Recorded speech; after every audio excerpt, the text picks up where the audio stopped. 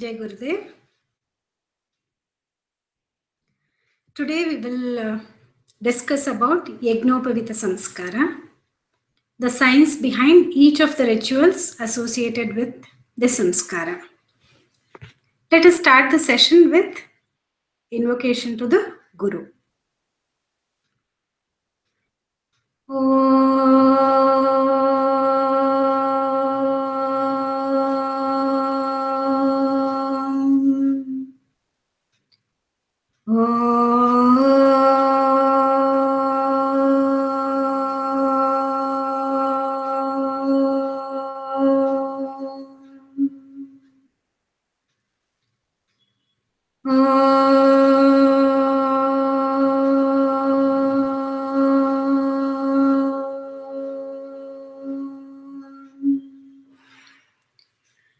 Gurur Brahma, Gurur Vishnu, Gurur Devo Maheshwaraha, Guru Sakshat Parabrahma, Tasmai Shri Gurave Namaha.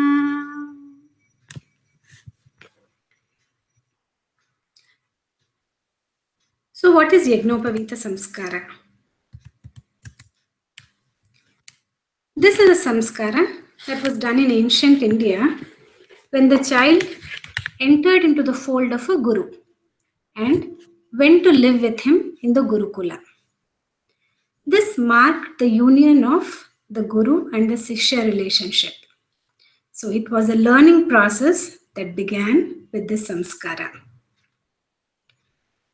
After the samskara, the initiate, that is the student, he became Dvija. What does Dvija mean? It means one who is twice born. Why twice? Because his first birth was from his mother's womb. The second birth is when the Guru accepts him into his womb, nurtures his body, mind and soul with great ideals, so that he grows up into a wonderful human being. Now, if you ask me, why is it relevant today? Because our children no longer go to the Gurukula. Then why is it that we need to perform this samskara now? I would say that it's very much relevant because there is a scarcity of people with this kind of inner education. The society is severely malnutritioned, if I may call it, and it's crumbling because we have not been able to raise illustrious children who are both educated and learned at the same time. So education and learning, both these terms are two different things. So we educate our children and they receive tuition from the teachers and professors. This is education. We also need to complement this formal education with a deep understanding about one's own self and the interaction of that self with the family and the society. This is called intuition, the tuition that comes from inside. Initiation into Gayatri Mantra, this is also known as Guru Diksha or the Yagnopavita Samskara, is for the development of this intuition. We will now learn about the various rituals and the thought processes behind these rituals associated with this samskara. The first one is known as Mekhala Kaupina Dharana. Kaupina signifies making the resolve of Brahma Chariot. The boy takes a vow that from now onwards, he'll focus all his energies to understand the different aspects of knowledge, Brahma. So his mind will be continuously moving in the Brahma or knowledge. This is what is known as Brahma Chariot. Just as a doctor always remains a doctor, whether he's at home or driving a car or watching a movie, he's a doctor. The brahmachari is one who lives and moves in the Brahman at all times. In the growing age of the child, we know that there is no dearth of distractions. But if the energies, the physical and the mental energies of the child get scattered in different directions, the most productive phase of life is lost. He should be focusing all his energies towards learning. This is meant by the Kaupina Dharana. Mekhala is worn around the waist. In our culture, tightening the belt around the waist signifies our readiness to a task. Till this age, the child did not do anything other than following his whims and fancies. Now, it is the time to let go of his inertia and get ready to work hard.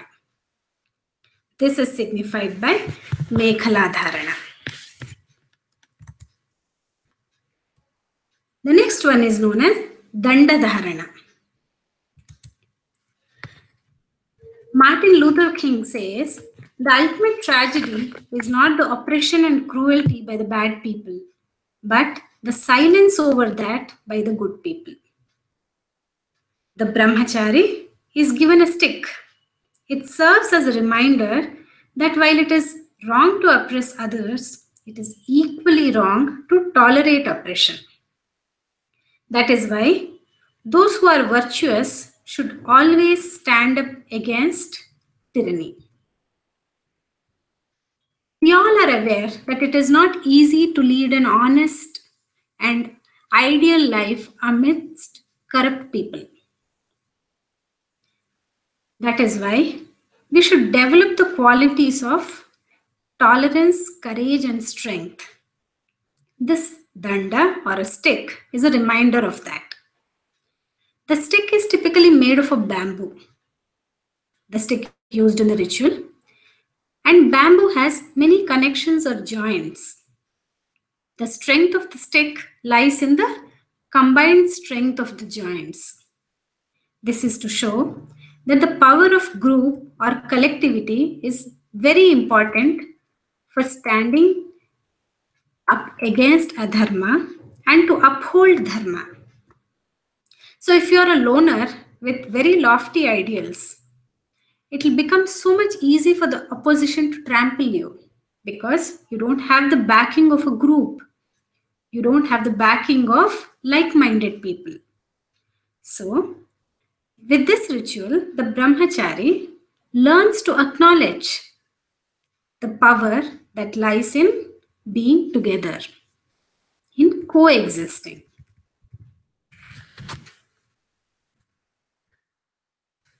The next ritual is known as Yagnopavita puja. Yagnopavita is a symbol of divinity. Before it is worn, it is purified, worshipped, and the prana pratishtha is done into the Yagnopavita. Ganga Jala is sprinkled for purification.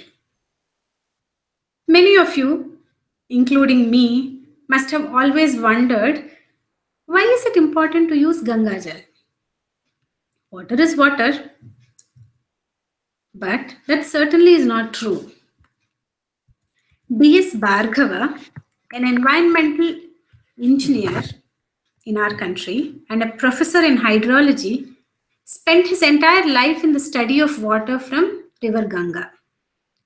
Bhargava, using the latest water analysis techniques, has shown that no river in the world can cleanse its own water more efficiently than our Ganga.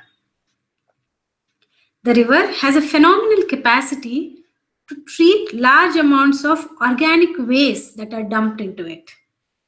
Its bacteriophage properties disinfect the bacteria in the water.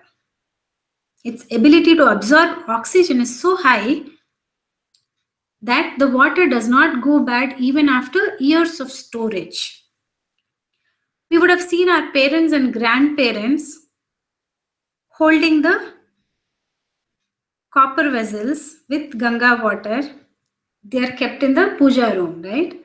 And you would always wonder, how come this water stored for so many years and decades still remains pure? But that is the speciality of water from Ganga. So when this water is mixed with other water, even that becomes pure. That is why in all our rituals, we use Ganga Jala. So Ganga Jala is taken and mixed with other water, and this is used for purification in the rituals. The Yagnopavita is purified with this water, and we chant Gayatri Mantra 10 times. After thus worshipping the Yagnopavita, we do Panchadeva Avahana. In this ritual, we invoke Brahma, Vishnu, Shiva, Yagna Bhagavan and Surya Bhagavan. First is Brahma. Brahma represents that both physical and spiritual progress are important in life. They are like two sides of a coin. For this all-round development of a person, he needs to be resplendent with Atma Bala. And Atma Bala is developed by leading a pure life with mutual cooperation. So these are the inspirations that we derive when we invoke Lord Brahma.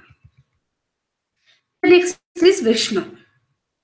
In culture, every god represents a specific energy or power. That energy is picturized as the consort or the wife of that god. So by this logic, the power of Vishnu is Mahalakshmi. We invoke her so that we are prosperous. A person who is deprived and dependent on others cannot lead a meaningful life. And what are the three things that will keep us on the path of prosperity? They are health, knowledge, and expertise in action. If the brahmachari maintains these three things in his life, he will always be able to lead a prosperous and an independent life of self-respect. Next, we invoke Mahisha or Shiva. Shiva denotes discipline, control, and regularity. The power of Shiva teaches us to know that what is needed and what is to be removed. This knowledge is given us by Shiva. So this is the principle of destruction when we say that Shiva is the destroyer. In the Holy Trinity of Brahma, Vishnu and Maheshwara, Shiva is the destroyer because he destroys what is not required for us and instills auspicious and noble qualities. So it is like removing the weeds so that the plants can grow well in a garden. So the evil tendencies, as and when they crop up like weeds, so the mind needs to be purified of all these on a regular basis. This is what we learn by Mahesha Avahana. We then invoke Yagna Bhagavan. Yagna symbolizes the principle of seeing ourselves as a part of the whole. We should realize that there is no existence for any of us without all the other species and nature that we have been blessed with. So acknowledging this fact and leading a life of service, empathy and generosity while helping others is what makes a person both successful and spiritual.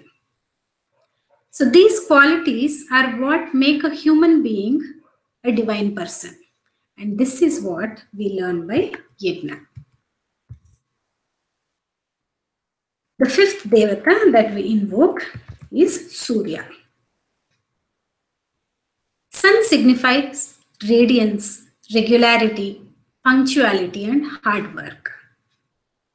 So, when we wear this Yagnopavita, touching our heart, after invoking these Devata Shaktis, it means that we are embracing these qualities and making them a part of our life. After invoking the divine energies is when we do Yagnopavita Dharana. So what does it mean to do Dharana of something? Is it just wearing it? No. A military person wears his uniform. It means that he upholds the dignity of the uniform by his behavior and actions. So as long as he is in that uniform, his action should be befitting of that uniform. And Yagnopavita, after it is worn, it stays with you throughout your life. So you're pledging that you will lead a life of divinity and noble ideals throughout. This marks the beginning of your life dedicated to the ideals that you have set forth. So for this ritual, 5 people who already have got Yagnopavita Samskara done will put the sacred thread on the new initiate. It shows that the child will continue to benefit from experience of the seniors and will receive guidance from them.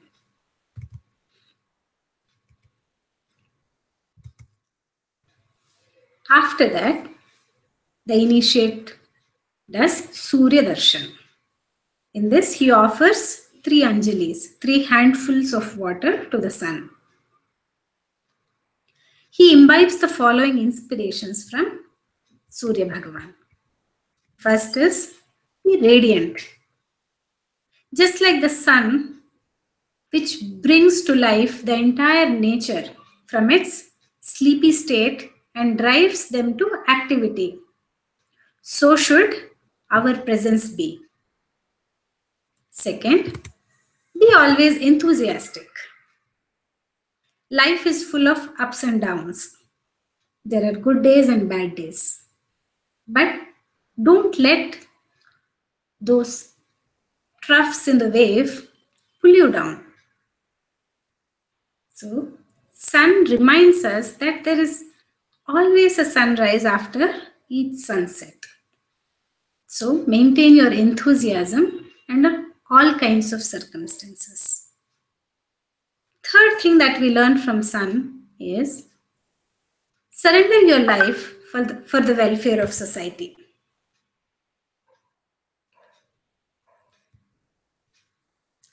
The fourth is remove the darkness and ignorance through right knowledge. Just like the sun who illuminates everything around him, our presence and our knowledge should be such that we are able to guide others. We should take others along with us, just like the sun that takes the other planets around him with his gravitational pull. So, instead of just being happy with our own progress, we should also ensure that we take those with us also forward. So, these are some of the inspirations that we learn from sun. The third one, the next one is Tripada Pujan. So 3 itself means the number 3. So there are 3 padas in Gayatri Mantra. The 3 threads of the Yagnopavita symbolize the three padas.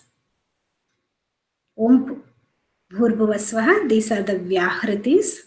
Then Tatsaviturvarenyam, Bhargo Devasya Dhimahi, Dhiyo Yona Prachodayat.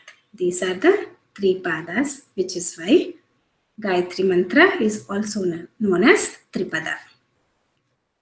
So Yagnopavita is the physical form of Gayatri Mantra. As you can see in the picture here.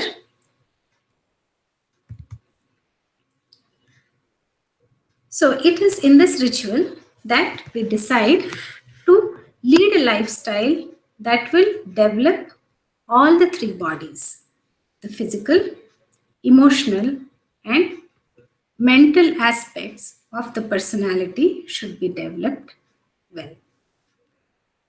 These are guided by the three divine energies of Gayatri, Saraswati, and Savitri that instill the attributes of Shraddha, Prajna, and Nishtha within the initiate. After Tripada Pujan, we do Guru Pujan. We should not make the mistake of thinking that Guru is a person. He is an all-pervading consciousness who is omniscient, omnipresent, and omnipotent. So he is Sarvajna, Sarva Samartha, and it is to that Guru that we surrender ourselves during Guru Pujan. So the disciple derives benefit based on the extent to which he is able to let go of himself and merge with the consciousness of the Guru. So interestingly, we need his blessings even for us to have faith and to be able to surrender him. That is why let's pray to Guru so that we are able to do that. After Guru Pujan is the heart of this samskara, which is the mantra diksha. During mantra diksha, it is not just that the Guru utters or chants the Gayatri mantra into the ear of the initiate. The Guru gives a portion of his tapasya and prana shakti when he initiates the disciple. So it is not certainly everyone's cup of tea to give diksha. The Swayam Sevak or the Acharya who is conducting this ritual merely becomes a medium through whom the power of the Guru flows. With each syllable of the mantra that is chanted, the prana shakti of the Guru enters and gets established inside the antahkarana of the initiate. This should be the visualization while receiving mantra diksha.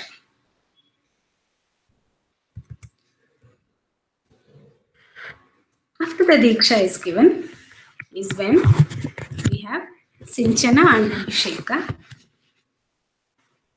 So just like after sowing the seed, we need to put water to nourish it. So after sowing the seeds of Gayatri Bijaksharas, so it is the responsibility of the initiate to nourish it with his dedication and enthusiasm. Even if we look at the word initiation, we know that it is just the beginning. So just like a student who enrolls himself into college, does the process end just by enrolling into college?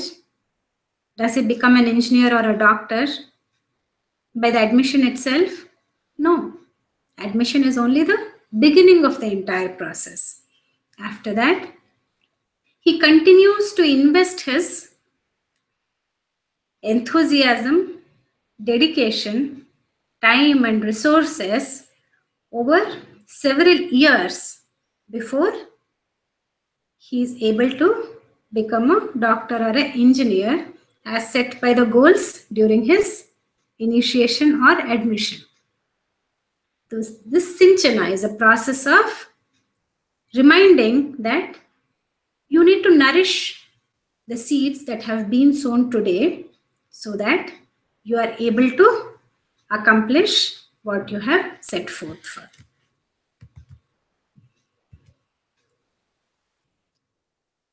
Next is the ritual of diksha. In this, the initiate seeks diksha, first from the mother and then father and the friends and family who are present during the samskara. Let us first understand its importance. In ancient days, when a disciple took Guru Diksha and commenced his education, the child went and lived with his Guru as part of his family. So his learning involved not just classroom teaching, but also the practical training of taking part in all the daily chores, one of which was seeking alms so that he can support the livelihood and maintenance of his Guru's family and the Gurukula itself, which consisted of other students. Psychological learning for the student, remember that the student could be a Brahmin or a prince or anybody else. So once he enters the Gurukula, he was to do the Bhikshacharan. So the psychological learning for the student here is to let go of his ego when it comes to seeking resources for a higher cause.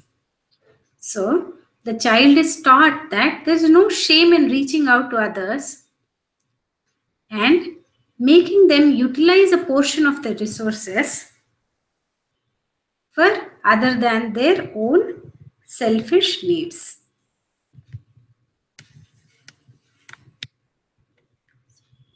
This is what is the significance of Bhiksha, seeking Bhiksha. The next ritual is Veda Pujan and Veda Dhyayan. Veda means knowledge.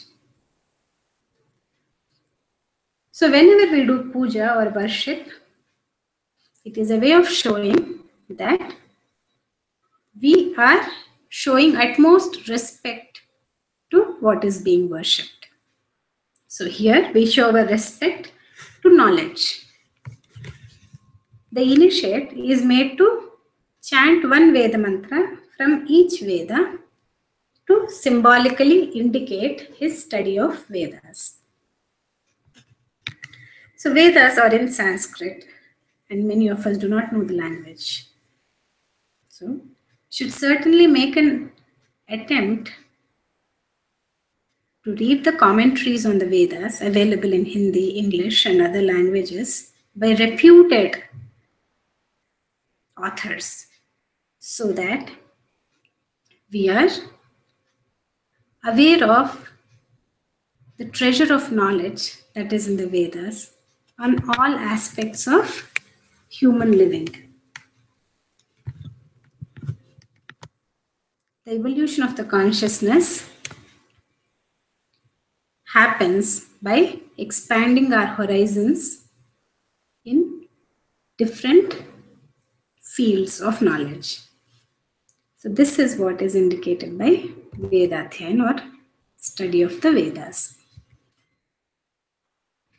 Then we offer some special ahutis to Agni, Vayu, Surya, Chandra and Indra. Agni represents the energy, the light, the desire of the seeker to move up, to make everyone who comes in contact like the fire itself. So whatever is offered in the fire, it transforms into fire. So this is what we learn from Agni. From Vayu, we learn to be active and to spread the goodness and fragrance of good deeds everywhere. Most of the times, we are tempted to speak ill of others, be rumor mongers. So this Vayu propels us to be just the opposite. If there is something worth speaking good of anybody, spread it. Spread that fragrance around.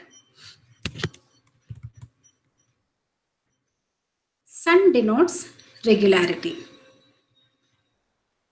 Every morning, whether you feel like it or not, whether you feel like going to office or not, whether you feel like working or not, but there is one entity that comes without fail, and that is Sun. That is the commitment and regularity that we learn from the Sun. The Sun also does not show any discrimination. He casts his light and heat on everything, on the ocean or on the drainage. He gives equal energy irrespective of their physical stature. These are the two things that we learn from Sun God. Next is Chandra, Moon. He is not self-illuminous, but he still illuminates the world. He converts the heat of the sun into pleasant moonlight. So, from wherever we get knowledge, we should accept it and make it our own. And through that knowledge, we illuminate the world and we help others. Indra is the king of the Devatas, right? So he represents the collection of divine qualities, because what do you mean by Devatas? Devatas, each of them represents a divine attribute. And Indra is always alert with 1,000 eyes, and he ensures that these positive inspirations do not fizzle out and lose their power. So he keeps these divine qualities together and intact. This is what we learn from Indra. The mantras are chanted and ahutis are offered to all these devatas. The next one is the Vaishvanara Namaskara. So Vaishvanara is the name of Agni. To be exact, there are 49 types of Agni, each with a specific purpose of its own. Vaishvanara is the Agni responsible for our digestion. In Bhagavad Gita, Sri Krishna says, Aham Vaishvanaro Bhutva Praninam Deham Asritaha Pranapana Samayuktaha Pachamyanam Chaturvidham. So we seek the blessing of Vaishvanara so that we are able to assimilate, digest, and internalize all the learnings that we have received during the samskara, all the knowledge that we have gained, so that it becomes a part of us. That is what we learn from Vaishvanara Namaskara. The next is the Guru Dakshina Sankalpa.